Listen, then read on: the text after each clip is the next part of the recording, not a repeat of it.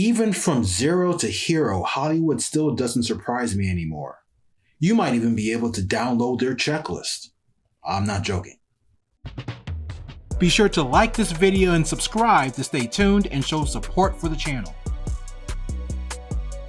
The Amateur is based on a novel with the same title written in the Cold War era by a former Newsweek journalist named Robert Littell, who also served in the US Navy. Littell has written over 20 novels where The Amateur was first adapted into a film during the 1980s, which makes this current film, you guessed it, a remake. This honestly doesn't surprise me anymore.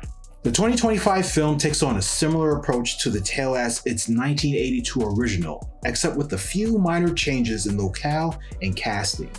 For example, the main character Charles in the 2025 film goes to Paris to find the first killer, where in the 1982 version he goes to Czechoslovakia. The 2025 version of the film had 4 terrorists, where in 1982 there were only 3. In the 2025 film, Charles meets with his informant in Istanbul, known under an alias known as Inkling, and she ends up dying in a shootout later in the movie, where in the 1982 version, she goes by Elizabeth and is very much alive at the end of the film.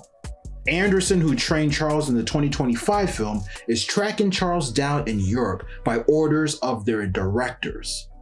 Ends up getting hurt, but ends up alive and well at the end of the movie.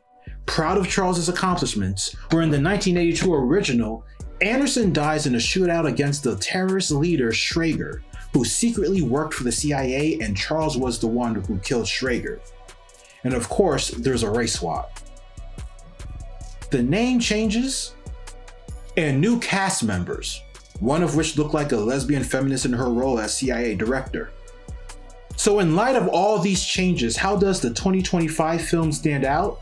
This next video will touch on that. Viewer discretion is advised.